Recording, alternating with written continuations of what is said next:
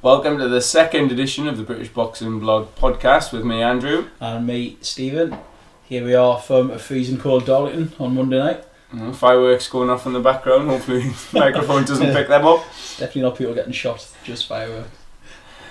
We'd just like to start, I think, thanking everyone that managed to listen to the first one last week's and over the course of the week. And hopefully keep listening. We'll try and continue, get as regular as we can and build up a bit of a listenership, I think. So, Monaco show for Matchroom Monte Carlo. Yeah, we'll start with the Monaco show. Did you watch it?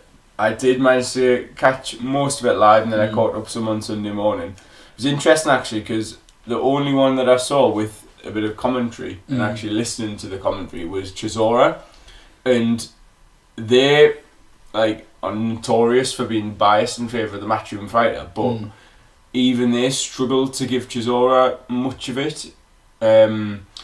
Ajay Caballal, I think it was, looked really tidy and he was boxing on the back foot a bit, moving, really posed some problems. Chisora, unfortunately for him, looked like his off nights the again, Chisora who fought Tyson Fury, and he was plodding forward, not really throwing a lot, not impressive at all. And it's a cliche that styles make fights, but I think unless he's in there with someone who's as game as him and just wants to stand and trade, he's always going to look a bit basic, a bit crude, especially towards the top level.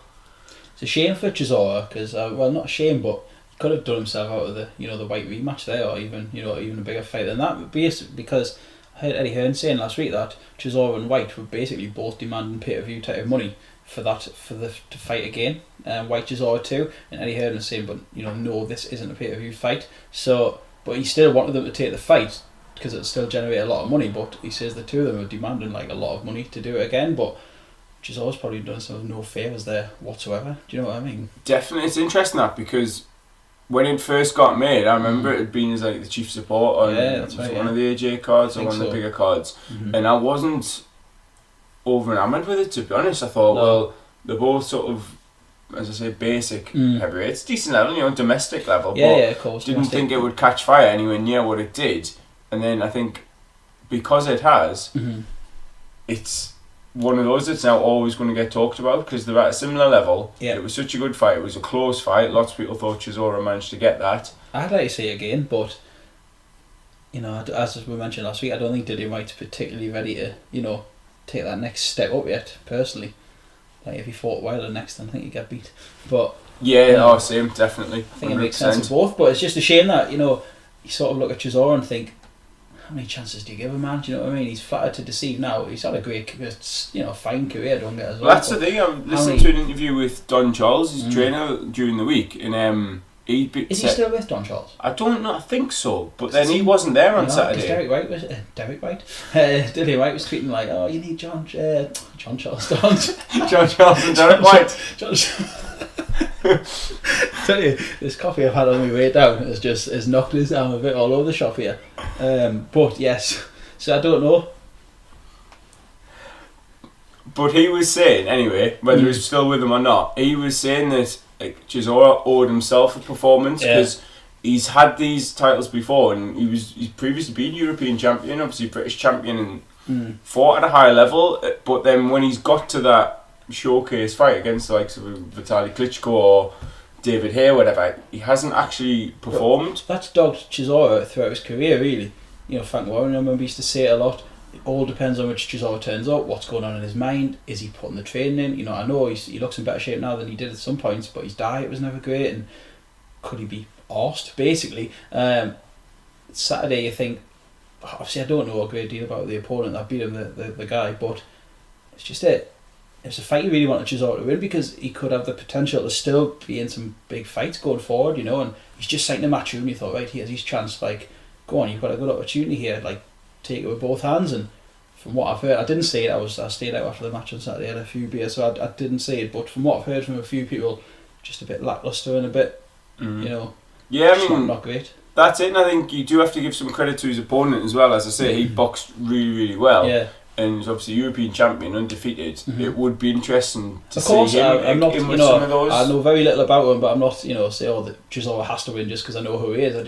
You know what I mean? Fair play to his opponent, and maybe we'll see him again over here, you know, or who knows. That's the thing. I mean, he doesn't seem to have much name value, No, so I can't see Eddie Hearn being in too much of a rush to get him over, because based on that performance, I think he'd give Dillian White a lot of trouble as well. It's an interesting one maybe going forward, that, because I know they're still looking for a Dillian White opponent, I think for February the 2nd he mentioned, but we'll have to see. You know, it's not that long away really. He needs to try and hurry that up. Eddie Hearn was saying, and thinking if there's a few names out there, but maybe he's one, I don't know. Could happen. Do you want to move on to Jamie McDonald? Yeah. You couldn't feel sorry for him, could you? Just to end like that, you know. It's a shame, because it was obviously very early on, and Solis looked quite sharp again, to be honest, and it could have been another tough night for Jimmy, but he seemed to really dig in, and there was a little bit in the corner where you could see him sort of pleading with the ref almost to let me just see out this round, let me continue this, and it went another round or so, and that was, I think, obviously a bad cut. There's nothing you can do about that. There's not, no. He was in tears at the end, and it was a bit of an anticlimax, to be honest, just because obviously it was billed as a rematch. I think McDonald himself wanted to go out and prove that the first one was a bit of a fluke, and he is better than this lad, and I think Paul Butler was ringside wanting the winner, but McDonald's made it clear now he's wanting to move up to super. What's your thoughts on that? He's always been a big bantamweight, but he has, that's true. He's never made any noise before. I don't think particularly about struggling at the weight. He's never missed weight or anything, and I would think there's still, you know, if he could stay where he is, there's probably bigger fights in that division. Do you know what I mean? But I don't know. That's the thing. I'm not keeping referring to Eddie Hearn here. And he was, you know, in this interview I watched last week with Kugan Cassius, he covered a lot of, you know, before the Monaco show, he covered a lot of things, and he was saying he thinks he should stay at the weight he's at. You know, there's fights there for him, you know, like Paul Butler and, you know, Ryan Burnett maybe and stuff like that. But you know, you don't know what goes on, do you? You know, he is big for the weight, and it was obviously something he's probably discussed with Dave Caldwell and the like. So it's his decision. Then fair enough. It's just a shame that his last fight at that weight, because he's had such a great run in the last few years, Jamie McDonald. Since he joined Matchroom, really. Do you know what I mean? Remember we did the pound for pound list a year or so ago, and he was right up there, British pound for pound. You know, yes, we've said for ages that he's one of the most underrated British, because he never seems to get the big push. Maybe that is because he's fighting in the lower weights and things. Maybe it is that. Maybe it's because he never has a hometown show. Do you know what I mean? He's probably not a great seller or whatever, but he's always on people's undercards, I guess. As you say, I mean, him against Burton would have been Burnett would have been a great fight. Well, that's it, because Ryan Burnett sort of eclipsed him, really. You know, he's a unified champion now, so it's maybe took the limelight off Jamie a bit, but it'll be interesting to see how he does when he moves up. You know, I think. Christ, I keep referring to Eddie Hearn again, but I think Eddie touched on it, and he's probably now coming at that stage. Just go and listen. Anyone listening to this, just go and listen to the interviews and then come back. Just go and listen to Kugan Cassius, isn't Eddie Hearn last week? I'm just basically reviewing that. But, he touched on it, saying that he's probably coming to that stage in his career now where he could only have 3 to 5 fights left, you know, and he needs the big fights and he needs the money fights now. I was going to say, McDonald's have never shied away from, you know, they're not particularly great boxing. I was going to say, I think Gavin really more so is, if I'm getting in the right way around, and Jamie definitely isn't, and he's just obviously wants to secure a good future for his family, which I totally understand. That's why he's fought in America. He's like is the away fighter in a few shows, but done really well, got the wins, and brilliant. It will, as you say, it'll be interesting just to sort of see how he goes from here. Yeah, see how he steps up.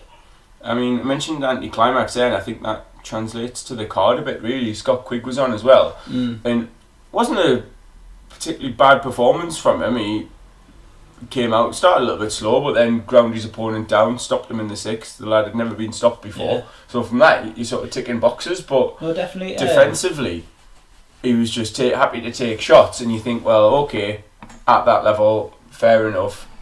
But when he's looking towards that world title again, featherweight is a deep division. I think at the top end there's some real talent, and you might struggle to make a case for Scott Quigg and see how's he going to fare against the likes of Frampton, Oscar Valdez, Gary Russell Jr. There's a lot of good Santa Cruz, of course, those. I touched on Quigg last week, and I think I stand by what I said. Really, I think since he's moved to America, I don't want to call him the forgotten man, but he's definitely flying under the radar a bit. You know, he's because he's out there now, he's not on the Manchester shows. He doesn't just pop in the Sky. You don't see him on the TV anymore. You know, he's not just about. He's took himself, you know, across to America, and it seems like he's willing to just bide his time a bit really and see what turns up. I think there's some great fights out there for him. Whether, as you say, whether he wins them, you know.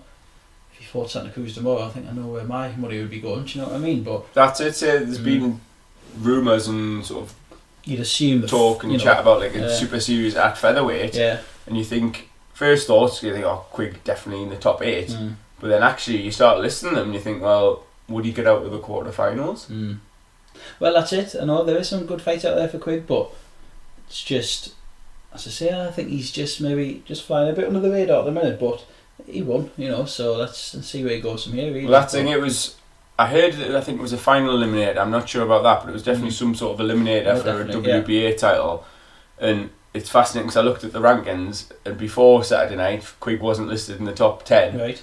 He beat the lad who was ranked number 4, and now obviously he's pushing towards that. And it's like, well, of course, again, the benefits of having a big promoter on your side, but pushing him into that chance, and he could definitely have another world title shot, as you say. It'd be interesting to see who it falls against and how he gets on. Yeah, definitely. I don't think he'll go straight into it next. I think he'll fight again before a world title fight, but we'll just have to see how he does. But it's nice to see him back because, you know, you do forget about him a bit, and he was a fixture on the Manchester shows for quite a while over here, and had some great nights. Did Quigg, but I think maybe the Frampton defeat just made him take stock a bit and assess his options, and he's chose to go over there. And as I said last week, I think he's probably, you know, the least, you know, likely person to move to LA from Bury to LA. You know, and it seems like you don't put Quigg and the Los Angeles lifestyle together, but fair play, he's made the move. Like Luke Campbell made the move across to Miami and stuff, so that's what he thinks is best, and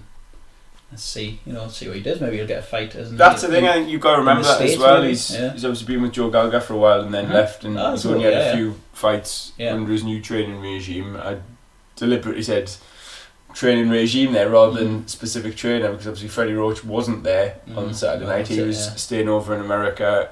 I heard conflicting rumours either he's still working with Miguel Cotto ahead of his final career performance in December, or he was working with Georges St-Pierre in the UFC, or probably a bit of both. But then as a boxer you think, well, I know Abiyah Khan made similar points regarding Roach prioritising Pacquiao over him, and it's a tough one because you want that big name trainer and someone that's done it all in the sport, but then you have to be a bit selfish, I think, as well. You do, but it's, I don't know if it makes you look a bit daft, not daft, but just saying, oh, look at me, I'm going to train out with Freddie Roach, just give him the wild card, but actually when I fight he's not even there. So I don't know, it's who is your trainer, you know, but well, I think we'll see moving forward. We'll definitely see, but you know, just to conclude that, then he got the win, he got the stoppage, and there's no shortage of fights out there for him. Another lad, another boxer who got the stoppage on that card was the main event, Dimitri Bivol. Oh, what a lovely stoppage that was. Unbelievable right hand. Was so relaxed, and he dropped him once before that. It was Trent Broadhurst, is not someone I was too familiar with. He'd been put down already and it was close to the end of the round. He just, lovely straight right hand. Broadhurst was actually turned a little bit, so caught him slightly on the side of the jaw, but he was just out the moment it connected, I think. Do you think he's someone Eddie Hearn would be looking at or not? Why was he on that show, do you think? I know Golovkin used to fight in Monte Carlo a bit. Well, I was trying to put that together, and I think with Eddie Hearn now moving into America, he might be one that they look to push over there, because there's some great matches at light heavyweight. I know we touched upon it, the division's sort of wide open since Ward retired. Yeah, that's right, Bivol claimed the WBA strap recently, and I don't know if it was the regular or the full version now, because I know Ward retired, left one. Badu Jack won one against Cleverly, the regular one, and then vacated that. So there's rumours Cleverly's fighting Adonis Stevenson. Not Cleverly, sorry, Badu Jack's fighting Adonis Stevenson. Sullivan Pereira's making his name sort of known. He wants the Bivol fight. Artur Beterbiev, who beat Kovalev in the amateurs. He's in action in a couple of weeks on. He's fighting I think this weekend for a world title, his first world title shot. So there is a really good mix there of some unbeaten fighters, some who've lost a couple but are still right up there. It's fascinating at the minute, a good mix there. No, it was a lovely stoppage. That is literally all I've seen of the stoppage, but I guess that's probably all there was to say, to be honest. Yeah, not much from one round in. But no, he put some alright little shows together in Monte Carlo, so, it's just to come through, it's just a bit of a shame for Chisora, really. And he dropped me a coup later, so it's a double shame. No, there isn't. Still about that one. All the Matchroom favourites, I thought, well, took a bit of a punt. Was Harlem Eubank in your accumulator? He wasn't. I didn't have a clue he was fighting until I saw the Matchroom video on Instagram. And he was lucky. Was he? Was he televised at the show? Yeah, it was one of the later bouts. He was.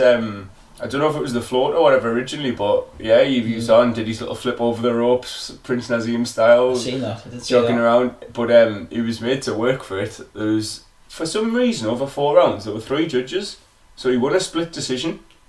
He one of them scored him, I think, 40-37. One was 39-37, and the other one had it 39-38 to the other lad, whose name escapes me now. But Eubank got dropped, but it wasn't scored a knockdown, and it was bizarre. It was clumsy. I thought he got clipped and then went down, but as he went down, he flipped back over up onto his feet, and I think the ref said no knockdown and tangle of feet. He's shoved or it, but he got up and he did all right, and he was boxing really well in spurts and very quick, good little jab popping it out, and then other times he just looked really hesitant, he didn't know what you. It's funny because you hear the surname and you think, oh, is this a bit of a gimmick? See, I thought that as well. You see a few people on our Twitter saying, it's an absolute joke. I've beat him before. There was a guy that follows us. I can't remember. I've thrashed him on points and whatever in the amateurs and all this. And you think, is it just because of his name? Is he signed just? Is he? See, I don't know. From a promotional side, I think definitely. I can't really judge. But Adam Booth's training him, and he's in his corner, and you think, well, he's not going to suffer fools gladly. No, that's true. So it'll be interesting again, just one going forward. And that's when I said anticlimax and a bit of unfinished business with the whole card, because I just think, right, I've seen them again, but I want to see where they're all going. There was no one on the card who was sort of at that end point. Yeah, no, that's true. Yeah, good point. Obviously, apart from Bivol, as I say, but whether he's strictly Matchroom or not, we don't know. We'll have to wait and see.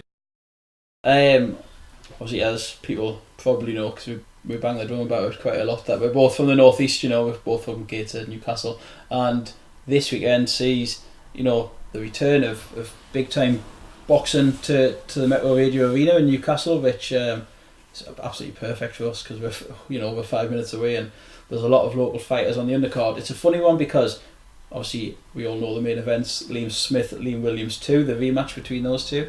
So it's not headlined by a northeast fighter at all, but I think it's a good opportunity for Frank Warren to showcase his stable now of northeast fighters that he's quietly sort of put together recently. So there's a good depth of local fighters on the undercard of that show. So, and as I say, it's fantastic for us and fantastic for the lads up here to be boxing in the arena, because it's the biggest venue in Newcastle by a mile, and it is where you want to box, when you're from up here.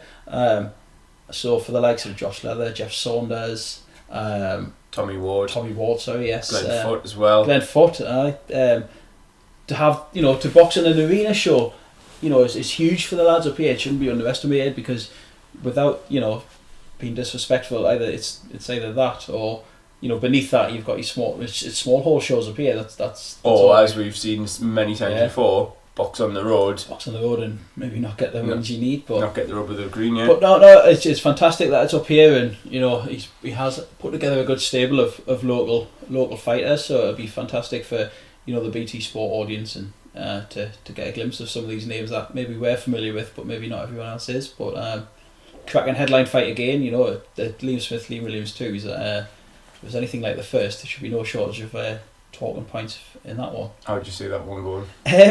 Is this the last time we're going to be speaking before it actually happens? Well, that's it.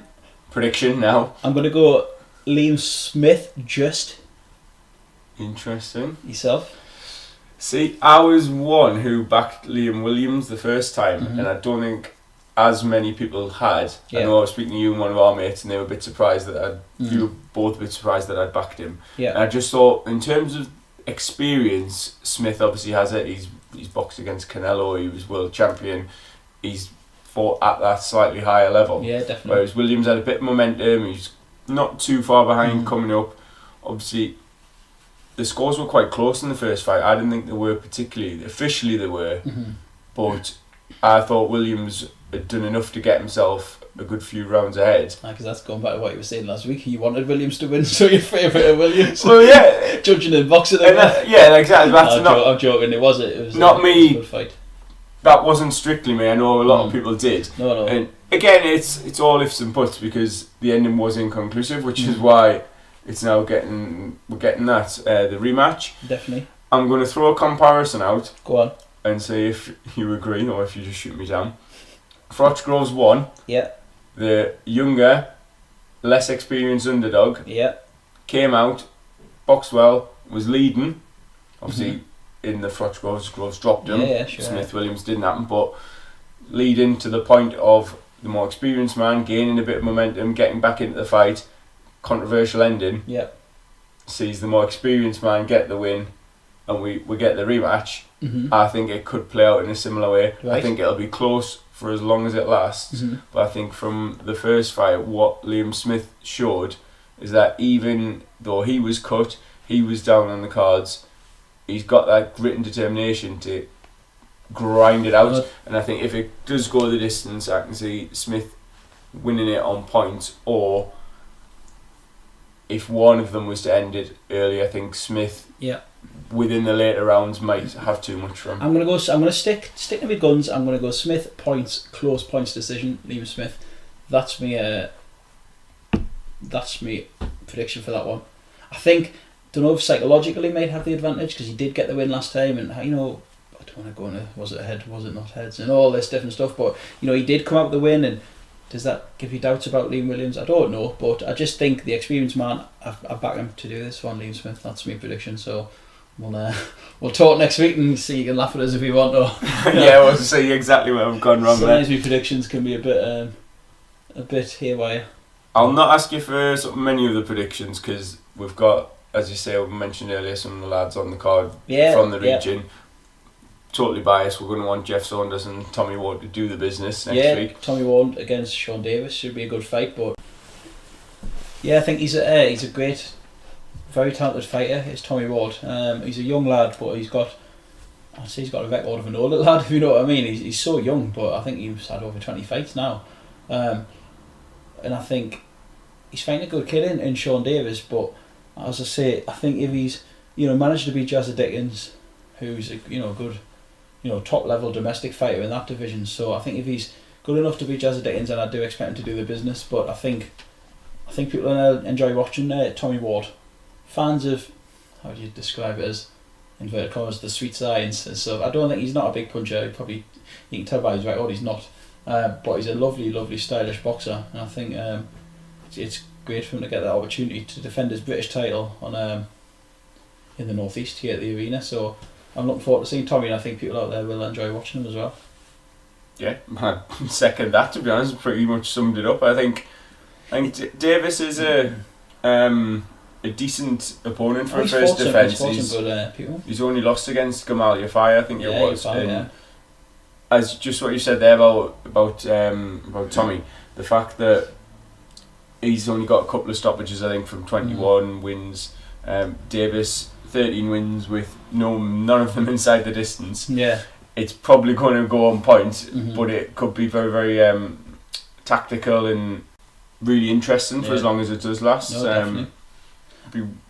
As I say, I think one for those who appreciate the sport and the technical element of it. Definitely. I've always enjoyed watching Tommy. Just for people that don't know, a couple of weeks back we hosted and helped put together with Steve Wraith and a few of the other guys, Fighting Chance lads, that we helped put together the Northeast Boxing Awards. It was the first one, Northeast Boxing Awards 2017. Nice plug. Thank you. No, it was great. It was an opportunity to bring a lot of people together, from the Northeast boxing scene, have a bit of a night out, a few drinks for those who weren't in training and stuff. But just going back, Tommy won our Fighter of the Year that night. He was away sparring, so he couldn't attend the awards, but he was our Fighter of the Year, and it's sometimes I think people might forget that he is the British champion. I think because Lewis Ritson won one recently from up here, more recently. Yeah. On the Matchroom show, that maybe he's took a bit of gloss away from it. But for the Northeast to have two British champions is is no small thing indeed. It's very good. So I'm looking forward to seeing Tommy on Saturday. Should be good. Definitely another one I'm looking forward to is the North East Derby on the card between Josh Leather, got the Middlesbrough side of it, and Glenn Foot from Sunderland. Yeah. On paper, it's, I think we mentioned it a little bit last week. Did we say a bit of a crossroads fight? Yeah. But it really is. I think I'd slightly favour Josh Leather, just going with momentum and how they sort of were last time out. I'd favour Josh too. Josh had a good win in Leeds on the same card that Tommy Ward picked up his British. Was that Sutcliffe, wasn't it? It was, yeah, really good win. Yeah.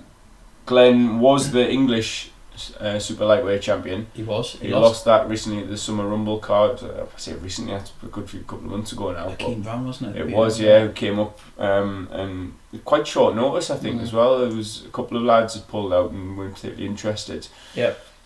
For those of you that haven't seen either of those two before, I think Glenn Foot is almost the polar opposite of what we've just been talking about there. He's comes forward, he's very aggressive. He seems in the mould of almost like a Tony Bellew, who needs to be really wound up and almost getting to that point of hating his opponent before in 4 rounders in the past I've seen Glenn Foot, his head's going in, he's giving the verbals and things. I think that's how he fights. He has to, he's always got that sort of menacing look in his eyes, Glenn Foot. Even in his interviews he looks fired up. Well, that was it. He won his sort of last bout. He's had a tune-up fight, hasn't he? In Hartlepool, and as soon as he finished, he again turned around, shouting across the ring to Josh Leather's trainer, Imran Naheem, we're coming for you, all the rest of it. It was just like, you could see what it means to him, and he's definitely one who will leave it all on the line. I'm a big fan of Glenn. He's got probably more experience than most North East fighters. He's a prize fighter winner, he's British title challenger, he's won the English title, he's had a cracking little career really.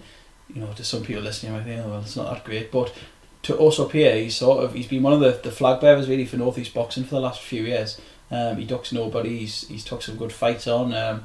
He got beat off Sam Eglinton, which is no shame in that at all. But no, I think, as you mentioned previously, Andrew, that it is a bit of a crossroads fight. I think it's probably, I don't want to Glenn off, but it's probably last chance saloon now for Glenn to be really involved in looking for major honours. I think he'd probably agree with that. There's a smaller IBF title, I think, on the line here. So, and don't get me wrong, I like Josh Leather. I think he's a really talented boxer, and I do expect him to win the fight. But a fully focused, fully fit, fully on his game Glenn Foot could give him problems. But sometimes you hear rumours, is Glenn, how serious is Glenn taking it? I don't know. But speaking to David Binns ahead of this one, it does seem like Glenn's firing on all cylinders, and I think he probably realises the size of the task he's got on here, and he's hopefully, because then you want to see them both in the best possible shape, mentally and physically, of course, both believing that they're going to win it. So it'll be interesting to speak to them in the build up this week, and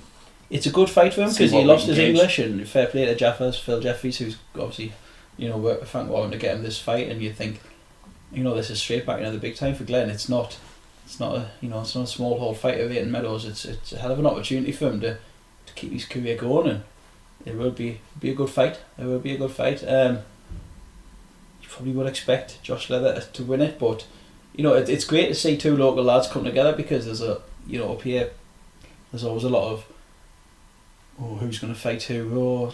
Glenn Foot was notorious for calling out North East names, and he always feels like people avoid him, but Josh hasn't, so fair play to him for that, and let's see how it goes. Hopefully it lives up to that little billing we've just given it. Glenn have a lot of numbers there, a lot of fans from Sunderland, and Josh as well from Gisborough. He's obviously his brother's. Is his brother on the undercard as well? I believe so. Yeah. He's a good fighter too. He's a lot more sort of in the earlier stages of his career, but again, another one to watch. That's Callum Leather, just for those of you that aren't familiar with them. Yeah, and I think another North East fighter in the card is again someone we touched about last week. So I know, I feel like just because it's last week's podcast. It's because Martin of New Age Boxing asked for three, we're top North East prospects. So we've covered Josh and this next person, Jeff Saunders, a bit last week. But again, good to see Jeff on the undercard again. He's a talent. He's definitely.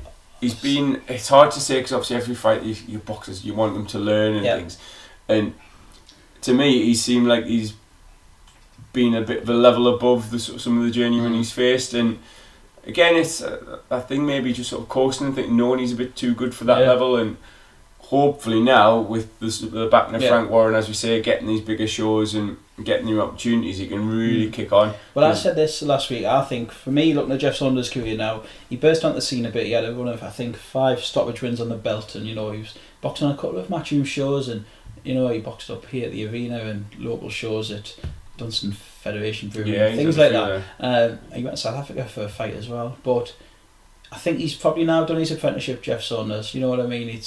He's a full-time boxer. He doesn't, he dedicates all his time to it. He's got a little daughter, so it's coming to the second. I know you're thinking that's random, but it's not. I'm just saying he needs the fights now. He needs to be pushing towards English title level. Definitely. No, but that sort of thing. We've heard so many stories of how having a young family acts as the motivation. And what my point was, this is his full-time job now. Yeah. So Jeff, he's in that lucky position where he doesn't have to work around shifts and other jobs. He is a full-time professional boxer, which there's not many of them in the northeast, if that makes sense. No, it's a luxury really that isn't afforded to too many. But again, he looks in absolutely fantastic shape. I do expect him to win the fight. I know he's fighting an unbeaten guy, and I think it's Stephen Lewis. But as I say, he's past that point now. It's great to see him fighting someone unbeaten as well.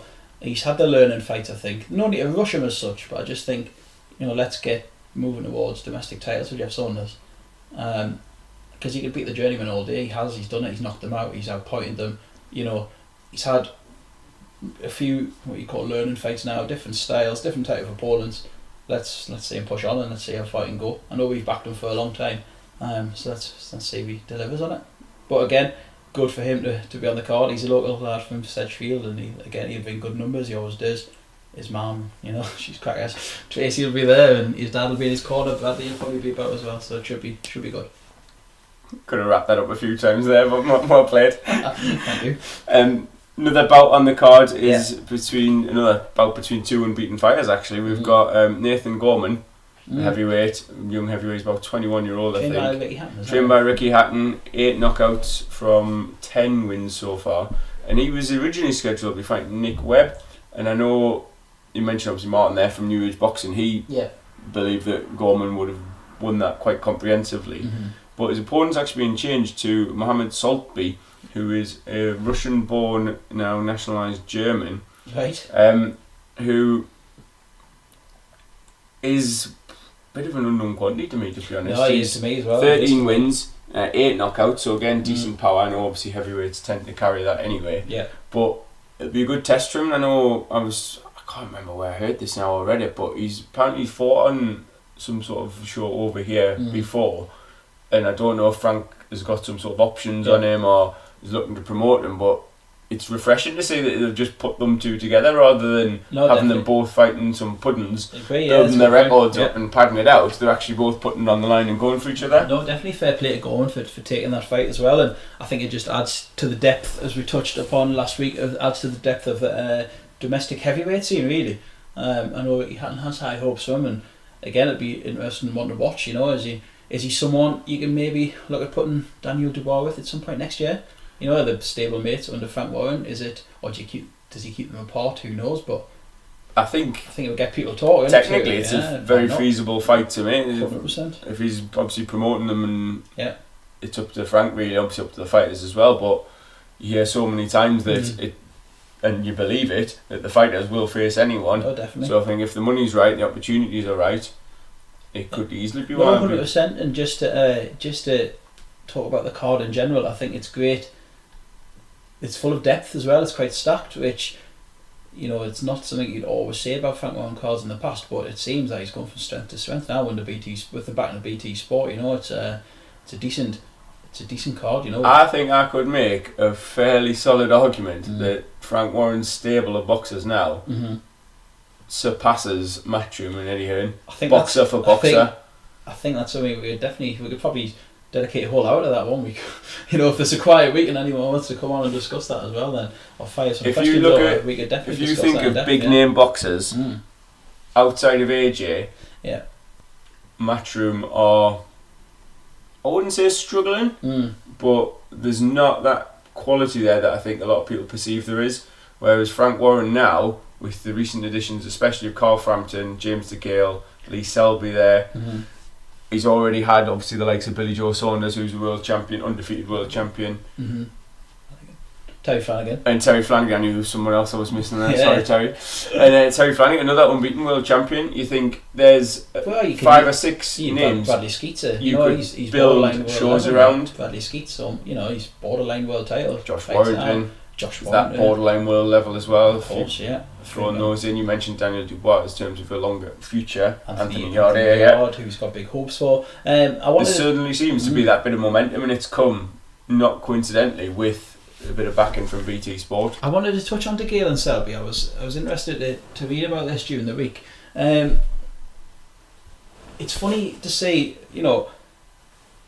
is this a partnership going forward? Is this the way I read it was maybe DeGale just using this as he goes through his career on a sort of one fight basis. Really, Eddie Hearn said that he wasn't prepared to offer DeGale the money he wanted as in a sort of middle of the road title defence, but he says James DeGale looked at it and thought, well, someone is, i.e. Frank Warren, so I'm going to go where the money is, which some people have plans and look beyond that, but some people sort of take it fight by fight, and the way Eddie Hearn put it across was that he fully expects to be working with DeGale again in future for the big fights, as he called it, inverted commas, because he said nobody could pay as much as him for securing the big fight, but on this occasion for a sort of, I don't want to say middle of the road, but for just a general title defence, that he wasn't prepared to pay DeGale the money. So, but he said no hard feelings, but he does expect to work again with him maybe in future, to secure the big fight. That is interesting, because obviously we're not too far away from, obviously a month or so out from DeGale headlining, and there's no opponent yet. So you can't imagine it being a massive name that he's facing. This is one thing that gets on my nerves a bit, and I'm not having to go with Frank Warren here, but I don't know why. Maybe I'm just old school inverted commas, but I don't like to see James DeGale v TBA, Lee Selby v TBA, Carl Frampton. They did it. Tickets are going on sale to see these fighters. Busy fella, that TBA. Yeah, TBA's got a lot of bouts lined up, to be announced. Hope he doesn't get stopped. And I'm not keen on it. If you don't know what TBA is, don't listen. Yeah, I'm not keen on it because I think it doesn't send out a great message to fans. I don't think, come and buy your tickets to James DeGale, come and buy your tickets to Carl Frampton, but we haven't got a clue who he's fighting. It sounds to me like it's AJ, isn't it? It's that level of yeah. You need someone pretty spectacular to be able to shift tickets on the basis of this lad is fighting. You want to come and see him and say you were there. Like Carl Frampton could fight you in Belfast and he'd sell it out, you know what I mean? He'd definitely. He'd beat you as well. I'd bring a few fans over. But I just mean, I don't know, I just don't think it sends out the right message. Like, James DeGale's fighting, come and buy your tickets, but we'll not reveal who it's against yet, we're working on it. And you think, well, it's probably been, a fortnight now since it's been announced and there's still no word, I don't know, it just doesn't sit particularly well with me, but I think it's definitely a statement from Frank Warren and his team to, it caught us by surprise a bit when we seen it on a headline show with James DeGale and Lee Selby, but again I think James needs the fight. Most of the top level opponents are tied up. Yeah, I mean, as I don't sit and watch every Eddie Hearn IFL interview, I hadn't seen those quotes and wasn't really familiar with that, but it does make a bit of sense, especially with Selby as well, really, the fact that they've gone over to America with some sort of Al Heyman influence. Yeah, maybe, but like DeGale's fought Lucien Butte, he's obviously fought Badou Jack over there, and to me they were big fights, but from an Eddie Hearn point of view, they're not probably the type of fights that he could make his sort of, or the money he wants from that. No, of course. So from DeGale's point of view, go over there, make $1 million or so, however much it is, obviously whatever he's happy with going over there, and not necessarily helping to build his name or his popularity here, but in terms of boxing fans and knowledgeable boxing fans, I think he's got a lot of respect for going over there and fighting those opponents. 100%, but giving them all the worth, all they can handle. If he needs a fight, James DeGale, and at this point it's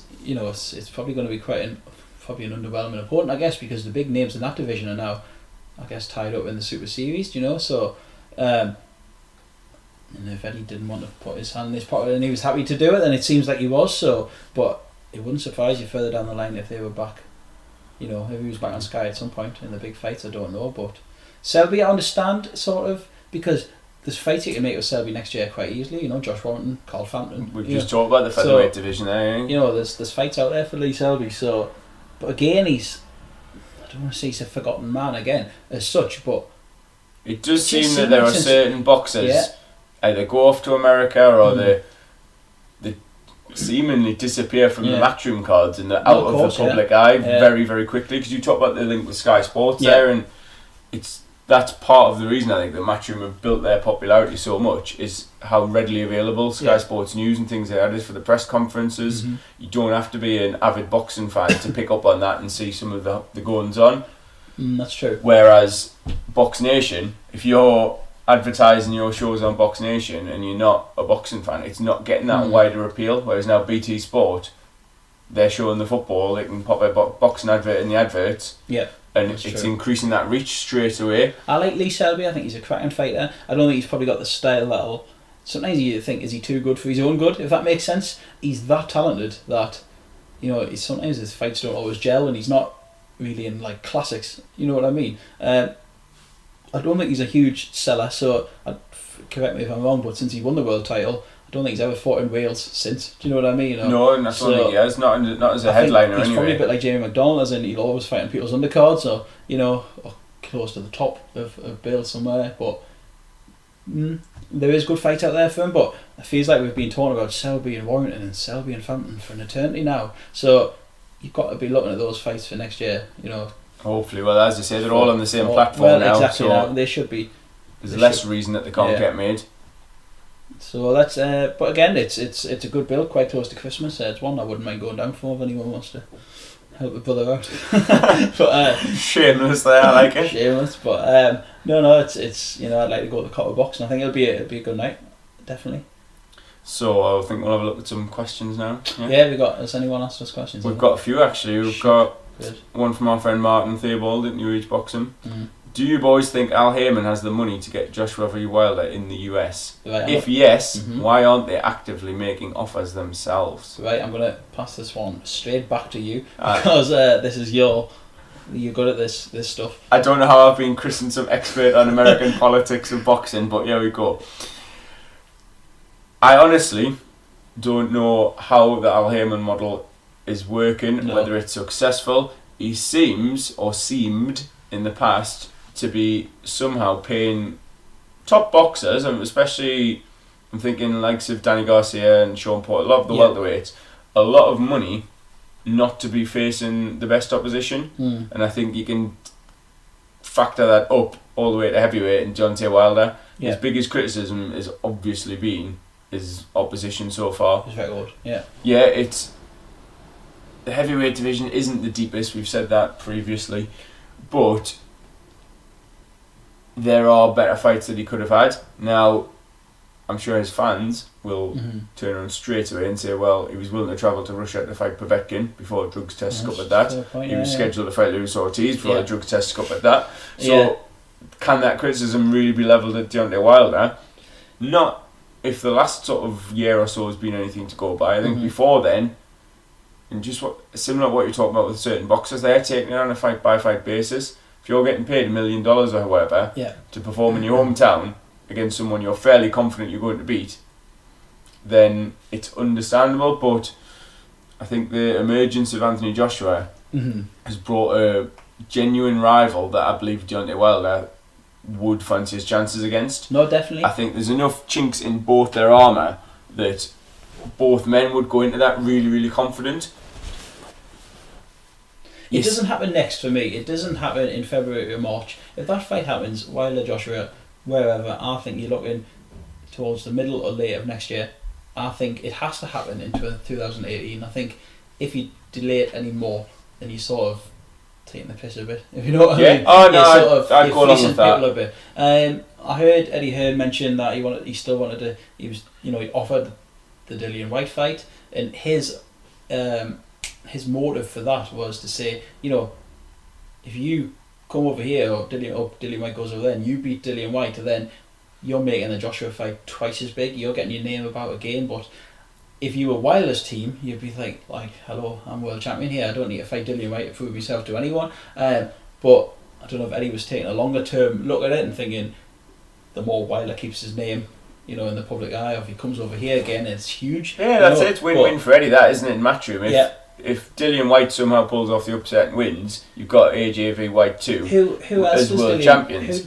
Not Dillian Whyte. Deontay Wilder comes and flattens him, as you just said there, it makes that fight bigger to the casual audience over here. 100%. But then, this is the argument that seems to be going round and round and round. It's, to have the big fights, it should be in America, it should be Vegas, it should be this, and this. But is that fight as big over there, where Wilder's not as well known? Probably not, no. That fight Joshua's probably not as well known. Comes over here, Wilder was present, wasn't he, for Klitschko and Joshua? Seeing 90,000 at Wembley, that's going to, surely, as a professional athlete, to chance to perform on that stage and make you millions. Mm-hmm. And let's be honest, that fight is not going the distance. No. So if you're Wilder, you're confident you're winning by knockout. So it's not that you're going to be bothered about judging or anything like that. Yeah. So, again, from both points of view, it's like, that fight you can understand. It'll sell out wherever it is. It'll sell out Wembley in 10 minutes, if that. The pay-per-view market, though, is bigger in America. It is, that's true. But then you think, could they not just stage it over here and put it late? And it's a bit of just what you're saying, that both sides seem to be posturing about it. They are. I've made this offer, I've counter-offered, but, we dispute that you even made the first offer in the first place, and it's just, it has to happen next year. I don't think it won't be it won't be February, March. You're talking June, July for me for that, or September maybe, something like that. Because I'd be surprised if Joshua comes back before then. I know Eddie Hearn was saying maybe he was going to look for a fight in February, March, but he could leave it as well. He could just let him go all the way through and just wait for that. But because without them two, then who is Wilder going to fight next, or who's Joshua? Seamless link into the next question. Go on. If Tyson Fury comes back to boxing, who would you like his opponent to be? Well, obviously, and that was Fighting Chance PR. Great. Okay. We've also got a similar question which I'll throw in at the same time from Scott Milner. What do you make of the Tyson Fury situation? Touch on it again. I'm fed up with talking about this. Me too. Without repeating last week's podcast, love Tyson Fury. Love him. Character. Great, funny. His videos this week have had me in stitches again. Funny man. Boxing needs characters. Boxing needs people like Tyson Fury. Okay, he rubs people up the wrong way. Say some inflammatory comments, right? But I love Tyson Fury, and a peak fighting fit Tyson Fury is a bloody good fighter. But there's only so many Instagram selfie videos I can see of. The comeback's on, I'm coming for you, stiff man AJ, I'm doing this, I'm after the bodybuilder. I've heard this, how long have I heard this? You promised to get in shape. One day it'll happen. And you just think, love him. And the heavyweight division is crying out for him, because he is the trilogy now alongside Wilder and Joshua and him. They have to all fight each other at some point, and Fury, Joshua could probably be the biggest fight this country's ever had. I agree. I think to sum that up, is basically... I'm not finished, but go on, I'm going to rant again. If Fury comes back, he needs to be in with the elite at the top of the heavyweight tree, and you've got those two there. A bit more left field, winner of Hey Bellew, it'll make a hell of a build-up. I don't think Bellew would fight Fury, personally. I don't think he would, but imagine the fireworks and what I want the intense beef. Of course, but get this drugs here and out of the way. Lose some shape. You're talking about a man who... he's been out of the ring a long time now. This isn't just a quick fix, a couple of jogs here and there for Tyson. Tyson Fury needs to get himself in shape, and he needs to get his license back. If not, then it's all still hypothetical.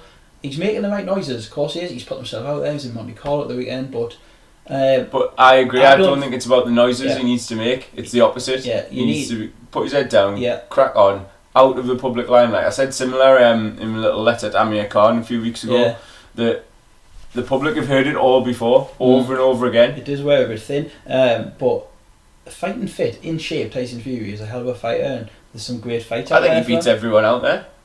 Big statement. The Fury that beat Klitschko would beat Wilder and Joshua. But I think it's time now for, maybe stop the words and back it up a bit now for Tyson. you're talking well into next year before he even fights. He won't go straight into a Joshua or a Wilder fight for me. He'll have a warm-up fight first, I think. You'd think he'd have to after losing that much weight. After that long out. So much rust. Whether that's on maybe a Matchroom undercard. There seems to be a thawing of relations between Eddie and Tyson. I know they were speaking to Monte Carlo a bit, and Eddie and Anthony Joshua has made noises about helping Tyson. Colonel just see him as like a big 20-stone bag of money. But if he's back, with dollar signs floating around back in February or March on someone's April or May or something on someone's undercard, or not his undercard, but if he fights then, and he wins well, and he looks, and people are like, wow, that's the old Tyson Fury. That's he's looking good. Imagine how big that fight would be, like him versus Anthony Joshua. But to answer the question, the short way around. For me, Tyson Fury has to get himself in shape, get his license back, get his head down, lose the weight, have a fight, a tune-up fight, and then come to the big fights. At the minute, despite what he says, he's a million miles away, absolute million miles away. But I love him. Boxing these characters, and he is one, and I'd love to see him back. Alright, we've got one more question. Shoot. Do you guys think Cal Yafai has regressed or stagnated since picking up that title? And to DJ Boxing Blog, it looks like a guy who's not pushing himself due to thumbs down emoji opponents. Again, last week. Yep. Listen back to the last week, and we did talk about it. He was on the AJ undercard, and it didn't. He won well. Didn't particularly impress me against Ishida. Good fighter, but just the last couple of fights I've seen him have just been a bit underwhelming. I think there's a big fight out there for him, probably in the States. Now, I think he's probably done as much as he can do over here for now. He's had his homecoming show, he's boxed on the AJ undercard, he's won, he's still a world title. He even looked a bit underwhelmed himself, to be honest, after the last fight. Would be. Hurt his hand a bit, I think. So far down the card as well, and yes, it's been good in a stadium fight, but if you're world champion and there's not a full stadium there, the motivation, regardless, it's an ideal world. You're saying, he's world champion, he should be motivated for every fight. It's human nature not to be. But you've just touched on the sort of potential opponents he's got there, and again, we listed a few of them last week. There are massive fights out there, and if he goes over to America and fights the top boxers in the super flyweight division, win, lose or draw, if he puts in good performances, he's got a chance to make decent money for the weight he's at, but also really push himself and challenge himself. And I'm not saying that he's going to go out there and beat all of them, but he is talented enough that he could produce a good showing. Yes, they are some of the elite pound for pound boxers in the world, really. I wouldn't say he's regressed. I just think maybe just the fight stagnated. Maybe he's just standing still at the minute, and I think that should probably be it for him over here now for the time being. Get himself over there, take on the other little fellas, and really go for it. Do what Jamie McDonald did. The Matchroom America platform. Yeah, of course. That's a great shout. It could be the perfect sort of stage for him there. So, go on watch. I think. Yeah, go to the States and do what McDonald did, and sort of think, right, I'm going to chase these big fights and chase the big money now. And then see how he goes. But I'm a big fan of him. I just think it was just the last fight just didn't catch fire at all for me. There's another boxer that we are both big fans of boxing next weekend, not at Newcastle Arena but a bit further north, and that is Josh the Tartan Tornado Taylor, if I can get that out. And he's fighting Miguel Vasquez, who is by far his most experienced opponent to date. He's mixed in some elite company. I had to give him a little box rec earlier. He's actually fought Canelo twice. Lost to him earlier on in his career. Lost to Timothy Bradley. Beat Bradis Prescott, formerly American Conqueror.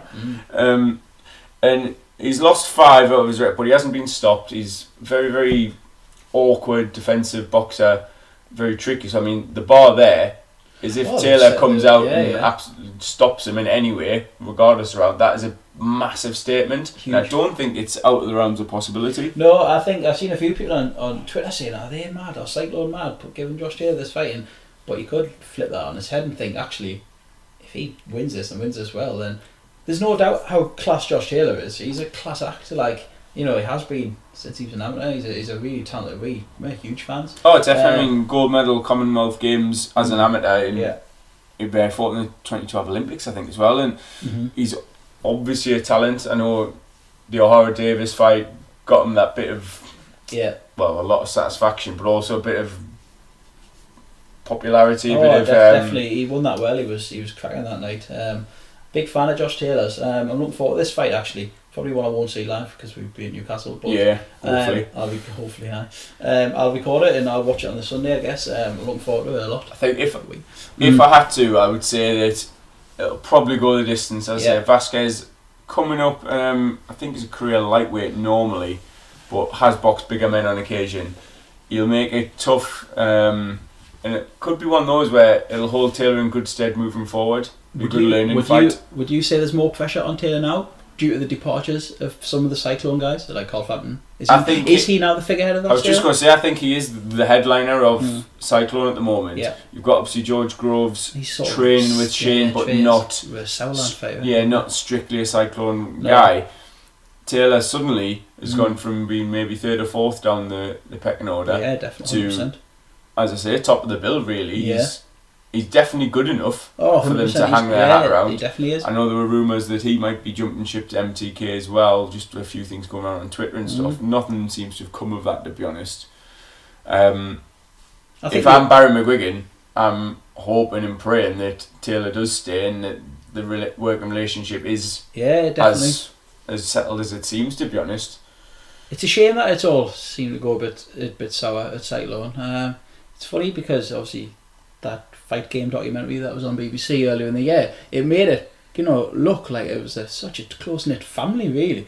And I'm not privy to what's going on, but it is, you did look from the outside in that Shane McGuigan and Carl Frampton were tight, I think you're going to be waiting until the autobiographies come out to find... I don't think you'll ever probably hear that maybe people know, but I'm not a gossip, so I've got no idea. No, exactly. But I think Josh Taylor, beating Howard Davis on Channel 5 on terrestrial TV that night has done his career absolutely no harm at all. I think people knew he was good from when he beat Dave Ryan and stuff, but just there was a lot of interest in that fight. You look at the difference in professional experience between Taylor, who's had 10 fights, and Vasquez.